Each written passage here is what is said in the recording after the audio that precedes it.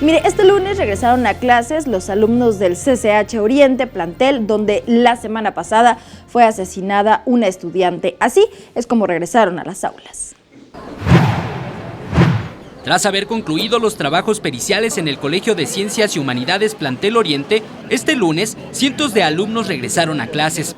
Lo hicieron con incertidumbre, pues manifestaron sentirse inseguros.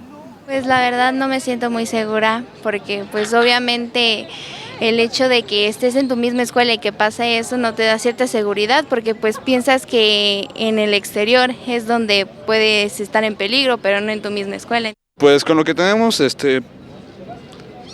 hay que intentar sentirse seguros.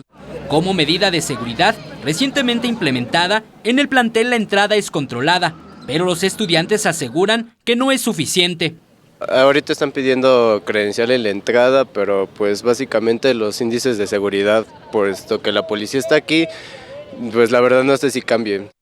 Padres de familia acompañaron a sus hijos hasta la entrada del plantel y señalaron hacerlo con temor de que a sus hijos algo les pueda pasar.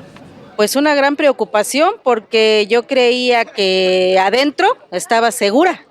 Decía yo, a pesar de los riesgos que pueda haber en la calle, adentro están seguros, pero pues veo que no. Uno se queda con la duda, ¿no? Con la incertidumbre, como dices, de pues las autoridades no han dicho nada, no sabemos si fue un alumno, un pseudoalumno o una bala perdida. Por ahora, en la periferia del CCH Oriente hay presencia de elementos de la Secretaría de Seguridad Ciudadana, pero a petición de padres de familia resulta necesario el aumento de la vigilancia también dentro del plantel. Con imágenes de Jorge Barajas, Eric Pinto, 21 Noticias.